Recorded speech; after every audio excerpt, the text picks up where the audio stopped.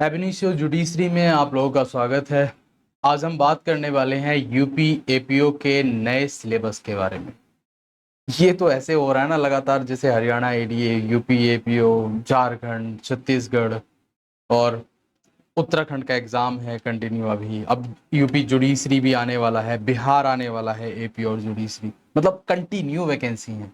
आप इनसे बच नहीं सकते, है ना। अगर तुम सोच रहे हो कि 6 महीने बाद प्रिपरेशन करोगे, अगर तुम सोच रहे हो कि अभी एक दिन, 2 दिन, एक हफ्ते बाद प्रिपरेशन करोगे, तो मतलब तुम बहुत सारे लोगों से पीछे होते जा रहे हो। डे पर डे आप पीछे ही हो। जिस तरीके से सिलेबस आ रहे हैं, जिस तरीके से वैकेंसी आउट हो रही है, या जिस तरीके से एग्जामिनेशन डेट भी हैंड टू हैंड आ रही है, तो आपको 1 मिनट का भी सोचने का टाइम नहीं मिलना है। खैर ठीक है, इस बारे में भी अभी मैं बात करूंगा, लेकिन अभी मैं बात कर लेता हूं यूपी एपीओ के नए सिलेबस के बारे में। यूपी एपीओ की वैकेंसी काफी टाइम पहले आई थी, 2-3 साल पहले, तो अब फिर से वो आई है, आने ही वाली है, अभी आई नहीं है लेकिन आने ही वाली है बहुत जल्दी। मुझे लगता है सितंबर के फर्स्ट वीक तक आ जानी चाहिए, जहां तक मुझे उम्मीद है, और अक्टूबर तक जुडिशरी भी आ जाना चाहिए। ठीक है, तो काफी टाइम से वेट चल रहा है, और ये पूरी पूरी उम्मीद है कि इन दोनों महीनों में, सितंबर अक्टूबर में, हमें इस यूपी की दोनों ही वैकेंसी देखने को मिलेगी। अब बात आती है प्रिपरेशन की, क्योंकि ऑलरेडी लास्ट टाइम यूपी में 9 माइनर एक्ट जोड़े गए थे और सिलेबस को थोड़ा बड़ा किया गया था, और पैटर्न भी थोड़ा सा बदला था एग्जाम का। ठीक है, और अब यहाँ पर भी फिर से इन्होंने किया है कि कुछ नए एक्ट को जोड़ दिया गया है एपीओ के नए सिलेबस में, तो हमें वो ध्यान रखना है। थोड़ा सा चेंजेस किया है, जैसे कि लास्ट टाइम 2022 वाले यूपी जुडिशरी वाले में इन्होंने इंग्लिश के पेपर को 2 पार्ट में डिवाइड कर दिया था, हिंदी और इंग्लिश वाले में। यहाँ पर भी कुछ ऐसे ही किया गया है। अभी हम इसको पूरा डिटेल एनालिसिस करेंगे, और उसके बाद हम बात करेंगे कि कैसे हमें प्लानिंग करनी चाहिए, कैसे तैयारी स्टार्ट करनी चाहिए, और कब तक हमारा ये काम चलने वाला है। ठीक है, देखो यहां पर ये कह रहा है, यहां पर इन्होंने कहा है परीक्षा का प्रकार, वर्तमान व्यवस्था और अभियोजन निदेशालय द्वारा जो नया पाठ्यक्रम है उस पर, दोनों को कंपैरिजनली यहां पर एक्सप्लेन किया। सबसे पहले 3 स्टेज में ये एग्जाम होता है यूपीएपीओ का, पहले प्री होता है, फिर मेंस होता है, फिर इंटरव्यू होता है। तो इन्होंने तीनों ही स्टेज को यहां पर एक्सप्लेन किया। ठीक है, पहली कंडीशन है हमारी प्रारंभिक परीक्षा। तो प्रारंभिक परीक्षा का जो कुल मार्क्स होते हैं वो 150 होते हैं। पहले भी 150 ही थे, पहले भी 150 नंबर का पेपर होता था, अब भी 150 नंबर का ही पेपर होगा। लेकिन थोड़ा सा अंतर किया गया। किस बात का अंतर किया गया? देखो, यहां पर सामान्य ज्ञान 50 नंबर का है, और नए वाले सिलेबस में भी सामान्य ज्ञान 50 नंबर का ही है। तो सामान्य ज्ञान के मार्क्स भी इतने ही है, और शायद मुझे उम्मीद है क्वेश्चन भी लगभग इतने ही होंगे। ठीक है, इसके बाद आता है विधि। विधि वाले पार्ट में इन्होंने अंतर किया। विधि का 100 नंबर का पेपर है, और 100 नंबर ही यहां पर नए वाले सिलेबस में भी है। लेकिन पहले भारतीय दंड संहिता आता था 35 मार्क्स का, 35 मार्क्स में आईपीसी आता था। अब आएगा भारतीय न्याय संहिता 30 मार्क्स में। पहले आईपीसी आता था 35 मार्क्स, अब आएगा बीएनएस 30 मार्क्स। ठीक है, तो यहां पर बीएनएस का वेटेज कम कर दिया, क्वेश्चंस का वेटेज कम है। ठीक है, नेक्स्ट देखेंगे सीआरपीसी दंड प्रक्रिया संहिता, ये 25 मार्क्स का आता था। अब नए वाले में बीएनएसएस में भारतीय नागरिक सुरक्षा संहिता से 25 मार्क्स का आएगा। पहले वो 25 मार्क्स का था, अब भी 25 मार्क्स का है। तो बीएनएसएस या सीआरपीसी का वेटेज दोनों का बराबर है। ठीक है, इसके बाद है हमारा भारतीय साक्ष्य अधिनियम। तो एविडेंस एक्ट आता था पहले वाले में 25 मार्क्स का, और अब बीएसए आएगा हमारा 20 मार्क्स का। तो 5 नंबर यहां पर कम कर दिए हैं। ठीक है, 5 नंबर वहां कम कर दिए हैं इन्होंने आईपीसी में, और 5 नंबर इंडियन एविडेंस एक्ट में से घटाकर नए वाले सिलेबस में क्या जोड़ा गया है ये भी देखना पड़ेगा, क्योंकि भाई 10 नंबर कम हुए हैं ना लॉ के पार्ट से। तो क्या जोड़ा है इन्होंने नया? देखो, उत्तर प्रदेश पुलिस अधिनियम एवं नियमावली अंक 15। पहले भी 15 नंबर का आता था उत्तर प्रदेश पुलिस अधिनियम नियमावली, अब भी 15 नंबर का ही आएगा। पहले भी 15 नंबर, अब भी 15 नंबर। ठीक है, लेकिन नए सिलेबस में इन्होंने बीएनएस से और बीएसए से 5 मार्क्स का वेटेज कम करके 10 नंबर का भारतीय संविधान जोड़ दिया। ये बहुत अच्छा मूव है, मैं इसको गलत नहीं कहूंगा। कॉन्स्टिट्यूशन पूछा जाना चाहिए, जुडिशरी के हर एग्जाम में कॉन्स्टिट्यूशन पूछा ही जाना चाहिए, जहां तक मेरा मानना है। ठीक है, हो सकता है कुछ लोग इससे इस बात से सहमत ना हो, क्योंकि वो अपने आप में एक बड़ा सब्जेक्ट है, लेकिन फिर भी जिस जो वो तुम्हें देने वाले हैं, जिस वैकेंसी के लिए तुम अप्लाई कर रहे हो, ये बड़ी वैकेंसी है, तो यहाँ पर कॉन्स्टिट्यूशन की अच्छी जानकारी होना बहुत जरूरी। तो अभी भी ये 10 नंबर का है, ठीक है, अगर ये ज्यादा भी होता तब भी ठीक होता। ठीक है, तो यहां से हमें कोई दिक्कत नहीं है। तो प्री का सिलेबस जो पहले था, नए वाले में 10 नंबर का सिर्फ हमने कॉन्स्टिट्यूशन जोड़ा है, बाकी कोई थोड़ा बहुत जो चेंजेस है उससे कोई इफेक्ट नहीं पड़ता। आप 35 मार्क्स के लिए भी आईपीसी इतना ही पढ़ने वाले थे, आप 30 मार्क्स के लिए भी बीएनएस इतना ही पढ़ोगे, कोई अंतर नहीं आएगा। लेकिन हाँ, इस बात का अंतर आएगा कि इस बात के लिए थैंक गॉड कर लेना कि भाई इन्होंने आईपीसी और बीएनएस दोनों नहीं पूछे, सीआरपीसी और बीएनएसएस नहीं पूछा, या नहीं पूछेंगे, या फिर एविडेंस और बीएसए एक साथ नहीं पूछेंगे, जैसे कि एसजेएस में पूछा, जैसे कि उत्तराखंड में पूछा गया है। अगर दोनों पूछे जाते हैं तो कंफ्यूजन वैसे ही बढ़ रहा है। पुराने इतने सारे सेक्शन थे, नए वाले में और सेक्शन बदल दिए, फिर क्लॉजेस को सेक्शन बना दिया, सेक्शन को क्लॉजेस बना दिया, बहुत, और कुछ नए सेक्शन जोड़ दिए गए, तो ये बहुत बड़ी सरदर्दी है। और फिर दोनों ही एक्ट के जो सेक्शन है वो कोलैप्स कर जाते हैं। कई बार पढ़ते पढ़ते लगता है अरे कौन सा था, 303 था, 378 था, है ना। चलो ये तो फिर भी बेसिक है, बहुत सारे सेक्शन तो ऐसे हैं बिल्कुल मिलते जुलते, एक एक नंबर ऊपर नीचे, अब ध्यान ही नहीं आ रहा है कि नए वाले का कौन सा, पुराने वाले का कौन सा है। तो इस बात के लिए तुम इनका कमीशन वालों को थैंक यू बोल देना कि भाई अच्छा है कि तुम पुराना नहीं पूछोगे, नया पूछोगे, इस बात से ज्यादा समस्या नहीं है। ठीक है, नेक्स्ट देखो, इसके बाद आता है मुख्य परीक्षा। मुख्य परीक्षा में बहुत ज्यादा बदलाव है, मैं इसको काफी बड़ा बदलाव कहूंगा, छोटा बदलाव नहीं। ठीक है, पहला है मुख्य परीक्षा में मार्क्स होते थे 400, 400 नंबर का मेंस होता था, अब होता है 500 नंबर का मेंस। अब जब नेक्स्ट जो वैकेंसी आएंगी यूपी एपीओ की, आई थिंक 180 प्लस वैकेंसी आने वाली हैं, तो पहले 400 नंबर का मेंस था, अब 500 नंबर का मेंस है। तो 100 नंबर का जो डिफरेंस है, बहुत बड़ा डिफरेंस होता है 100 नंबर, है ना। यहां से तो सब कुछ हो सकता है, कुछ भी बदलाव हो सकता है, सिलेक्टेड बच्चा बाहर, बाहर वाला सिलेक्टेड। ठीक है, तो 100 नंबर का अंतर बहुत बड़ा अंतर है, तो इसको हमें बहुत ज्यादा फोकस करना है। ठीक है, जैसे अब देखो, सामान्य ज्ञान पहले आता था 100 मार्क्स का, और अब भी अब आ रहा है 50 मार्क्स। सामान्य ज्ञान आएगा अब 50 मार्क्स का, तो ये इन्होंने अंतर किया है। तो जिन लोगों का जीएस अच्छा नहीं है उनके लिए बहुत अच्छी बात है। मैं जानता हूं जुडिशरी में, इंक्लूडिंग मी, जुडिशरी में बहुत सारे बच्चे होते हैं जिनका जीएस बहुत अच्छा नहीं होता, ठीक है, एवरेज होता है। तो यहां पर उन लोगों को बेनिफिट मिलने कि उन्हें 100 नंबर का जीएस का पेपर ना मिलके अब सामान्य ज्ञान का 50 नंबर का पेपर। ठीक है, इसके बाद आता है सामान्य हिंदी। सामान्य हिंदी का 100 नंबर का पेपर होता था, अब भी सामान्य हिंदी का 100 नंबर का पेपर है। हिंदी मीडियम की तैयारी करने वालों के लिए एपीओ गोल्डन अपॉर्चुनिटी होती है, बात मान लो। मैंने कई बार इंटरव्यू दिए हैं, मुझे अच्छे तरीके से पता है कि जुडिशरी में हिंदी मीडियम की क्या हालात है। ठीक है, और एपीओ में हिंदी मीडियम को अच्छी अपॉर्चुनिटी मिलती है। ठीक है, तो यहां पर इस बात को स्पेशली ध्यान रखो कि जो सामान्य हिंदी तुमसे पूछी जा रही है 100 मार्क्स की, ये तुम्हारे लिए पॉजिटिव पॉइंट है, क्योंकि कहीं ना कहीं ये मान के ही चलो कि इंग्लिश मीडियम वालों की हिंदी थोड़ी सी कमजोर होती है हिंदी मीडियम वालों की तुलना। तो ये जो 100 नंबर का जो डिफरेंस है ना हिंदी और इंग्लिश मीडियम के स्टूडेंट के बीच, ये आपको काफी ज्यादा यहाँ पर बेनिफिट देगा। ठीक है, तो 100 मार्क्स का पहले भी हिंदी आता था, 100 मार्क्स का अब भी हिंदी आता। एक नई चीज यहां पर जोड़ दी गई नए वाले सिलेबस में, वो है सामान्य अंग्रेजी 50 मार्क्स। ठीक है, तो 50 नंबर की इंग्लिश, 50 नंबर का इंग्लिश का पेपर होगा, जो कि पहले नहीं होता। पहले 50 नंबर का मतलब इंग्लिश का कोई पेपर नहीं होता था, अब इंग्लिश का 50 मार्क्स का एक पेपर होगा। ठीक है, अभी जब नोटिफिकेशन आएगी तब हमें ये पता चलेगा कि इस 50 नंबर के पेपर में वो क्या पूछने वाले हैं।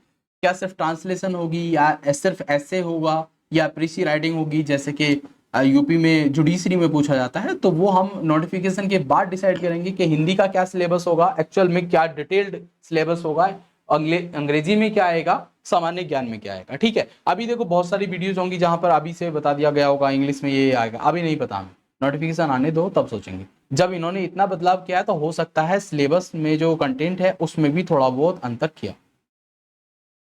ठीक है, तो एक बार नोटिफिकेशन आने देते हैं, 15 दिन 20 दिन, जब भी नोटिफिकेशन आती है उसके बाद उसको हम डिस्कस करेंगे। ठीक है, इसके बाद देखो साक्ष्य, यहाँ पर criminal and procedural law, IPC और सीआरपीसी का पेपर होता था 100 मार्क्स का, अब होगा 100 मार्क्स का, लेकिन यहां पर आएगा बीएनएस और बीएनएसएस।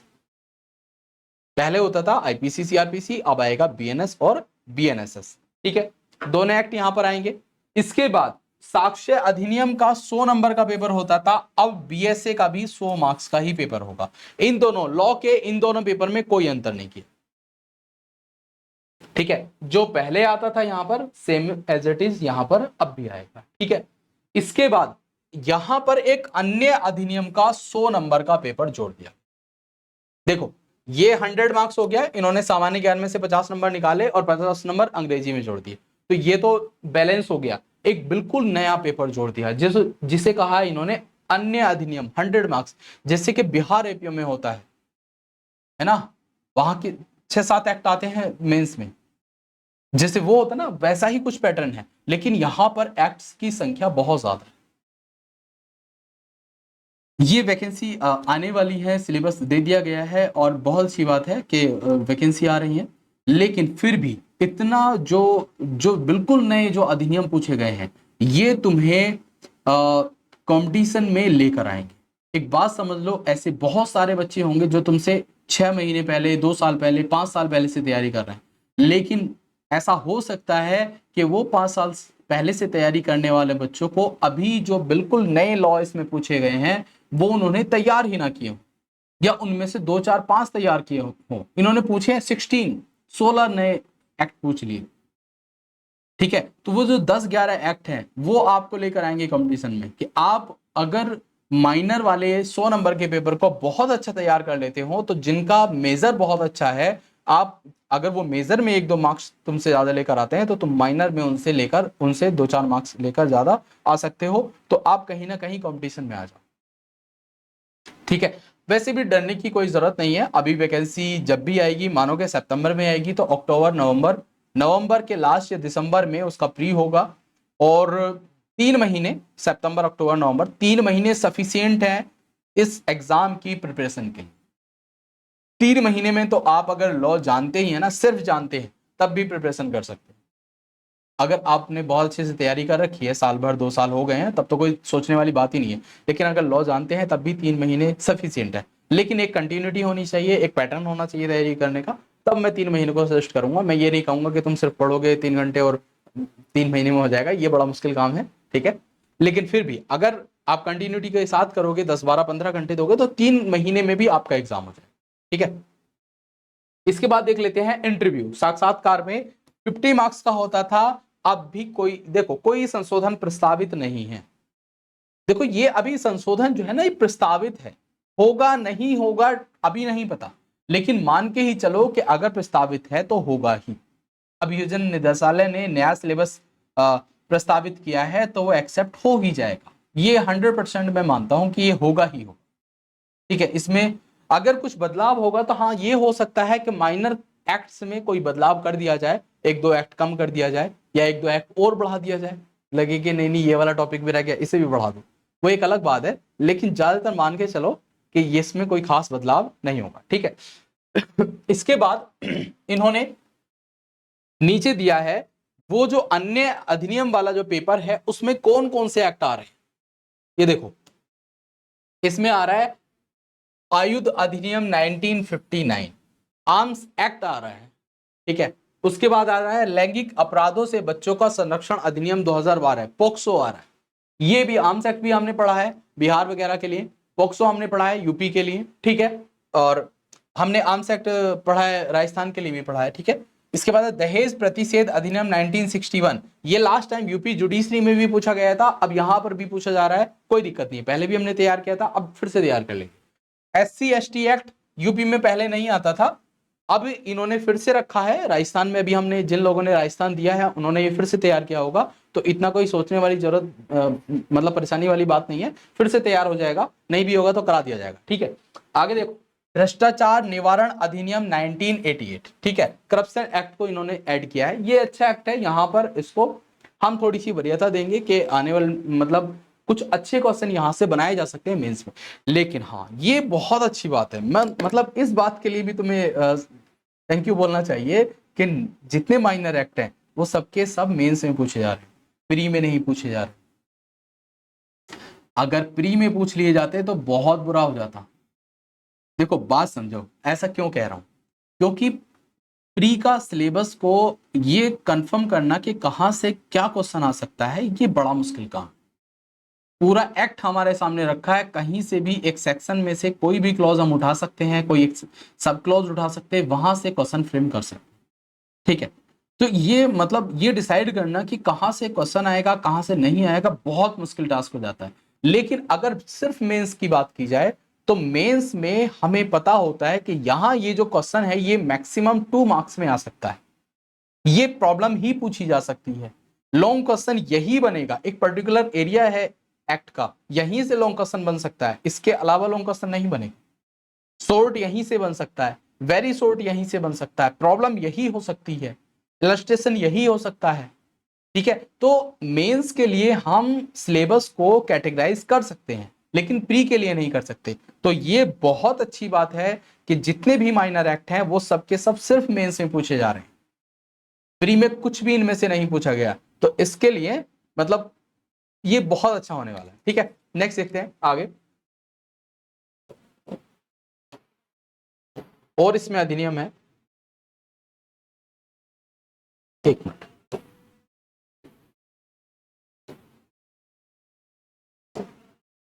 इसके बाद है आईटी एक्ट 2000, सूचना एवं प्रौद्योगिकी अधिनियम 2000। ठीक है, हमने एलएलबी में पढ़ा है, ज्यादा सोचने वाली बात नहीं है।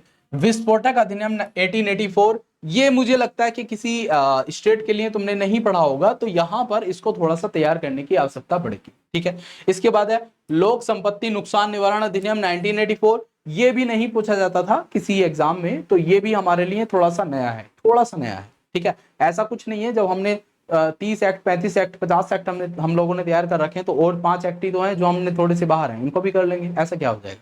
ठीक है, इसके बाद है आवश्यक वस्तु अधिनियम 1955, ये भी हमने पढ़ रखा है। ठीक है, तो इस ये मतलब पढ़ा नहीं है लेकिन तैयार हो जाएगा। इसके बाद है उत्तर प्रदेश गुंडा नियंत्रण अधिनियम 1970।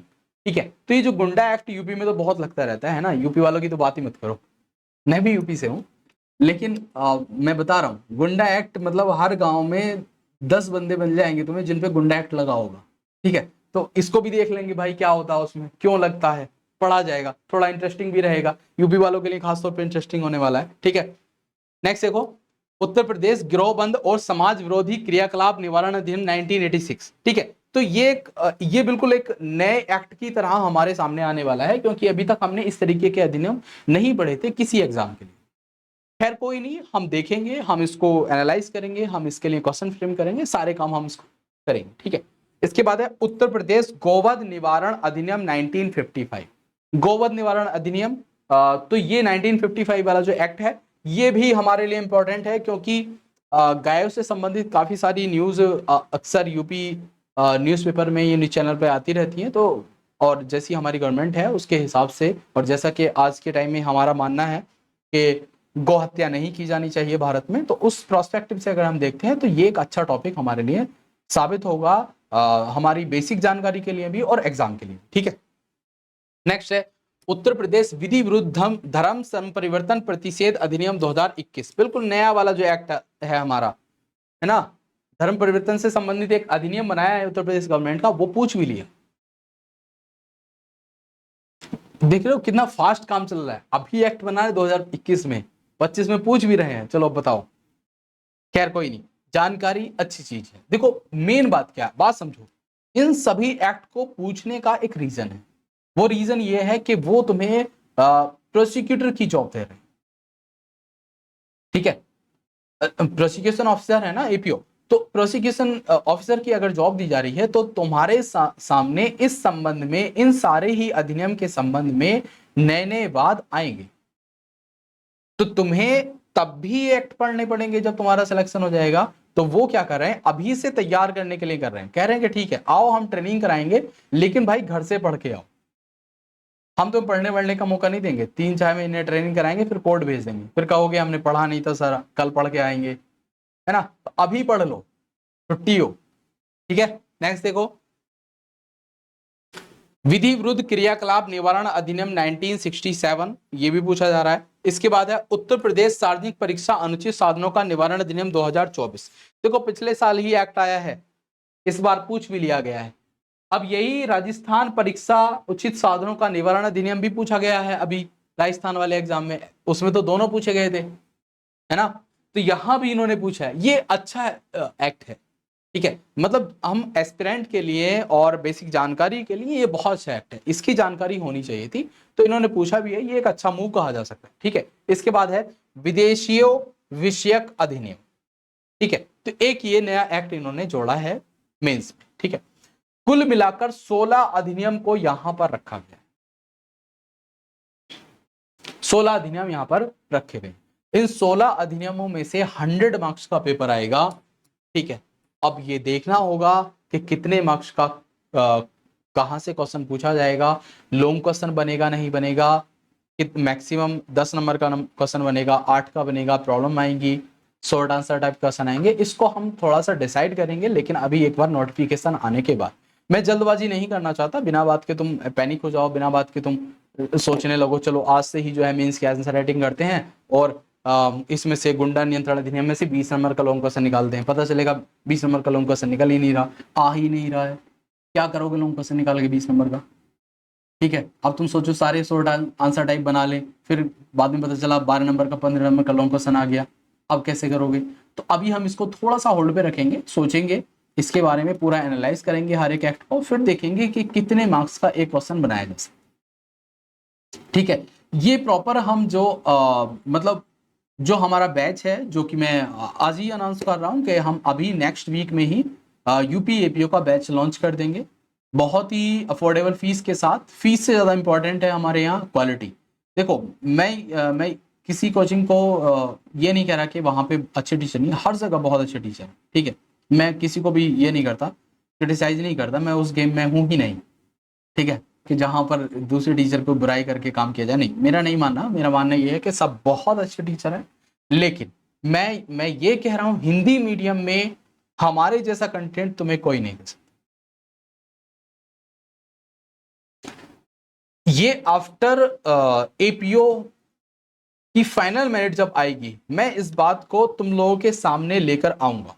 आज सिलेबस है, आज सिलेबस पे हमने बात कर ली है, ठीक है। नोटिफिकेशन आएगी तब भी हम बात करेंगे, बैच हमारा स्टार्ट होगा, कंटिन्यू क्लासेस चलेंगी, प्री मेंस इंटरव्यू तीनों स्टेजेस आएंगी, फाइनल जिस दिन रिजल्ट आएगा उसके बाद भी मैं बात करूंगा कि कितने स्टूडेंट हिंदी मीडियम के हमने कमीशन को दिए, ठीक है। कितने बच्चों ने हमारे यहाँ से हिंदी मीडियम में प्री क्वालिफाई किया होगा, कितने बच्चों ने मेंस किया होगा और कितने बच्चों का फाइनल सिलेक्शन होगा, ये पूरा डिटेल डाटा मैं तुम लोगों को दूंगा। मैं इस बात के लिए तुम लोगों को प्रॉमिस करके जा रहा हूँ। और साथ में एक बात ध्यान रखना, फेक प्रमोशन नहीं करेंगे, ठीक है। हमारे यहाँ से बच्चों का सिलेक्शन हो गया, तुम्हारा बैच ही 6 महीने पहले स्टार्ट हुआ था, सिलेक्शन कहाँ से हो गया, फेक नहीं, हमारे पास है ही नहीं फेक, ठीक है। हमारे यहाँ 3 बच्चों का मेंस दिया है अभी, राजस्थान एपीओ मेंस 3 है तो 3 ही है, हमारे पास 30 है ही नहीं। अभी रिजल्ट आने देते हैं, फिर देखते हैं कितनों का होता है, 1 का होता है, 2 का होता है, 3 का होता है, वो बाद में डिसाइड करेंगे, लेकिन 3 का है तो 3 ही बहुत है। अगर हमारा बिहार एपीओ में मेरी स्टूडेंट सिर्फ 1 सिलेक्ट हुई, क्योंकि मैंने बहुत ज़्यादा स्टूडेंट नहीं थे जब बिहार एपीओ की प्रिपरेशन कराई थी, तब 1 ही हुई, लेकिन बहुत है हमारे लिए, 1 बहुत है। राजस्थान एपीओ में मेरे 3 स्टूडेंटों ने मेंस दिया है और बस रिजल्ट का वेट है, अगर 3 का होता है तो मतलब ये भी बहुत है, ठीक है। 8-10 बच्चों ने प्री दिया था, उनमें से 3 ने मेंस दिया है, अब देखते हैं क्या होता है। और अब हरियाणा एडीए जो हमारा बैच चल रहा है, वहां पर भी हमारे पास काफी सारे बच्चे हैं जो प्रिपरेशन कर रहे हैं, तो उसके बारे में भी एडीए का एग्जाम आने के बारे में बात की जाएगी। और साथ में अब जब हम एपीओ यूपी एपीओ जो बैच लॉन्च करने वाले हैं, इस पे भी हम फुल डिटेल एनालिसिस एक वीडियो बनाएंगे, तैयार करेंगे, पैटर्न बताएंगे, और साथ में क्लासेज भी हम बहुत जल्दी ही अनाउंस करेंगे कि कब से हमारी क्लासेज स्टार्ट हो रही हैं। लेकिन ये मैक्सिमम 10 डेज है, विद इन 10 डेज हम अपना बैच लॉन्च करते हैं, ठीक है। तो हमसे जुड़ने के लिए या बने रहने के लिए जो हमारे फ़ोन नंबर है मैं बता देता हूँ, ठीक है। ये है 9105113310। एब इनिशियो जुडिशरी पर मैसेज करके, टेलीग्राम करके या कॉल करके जो भी इंक्वायरी है आप कर सकते हैं, ठीक है। Thank you.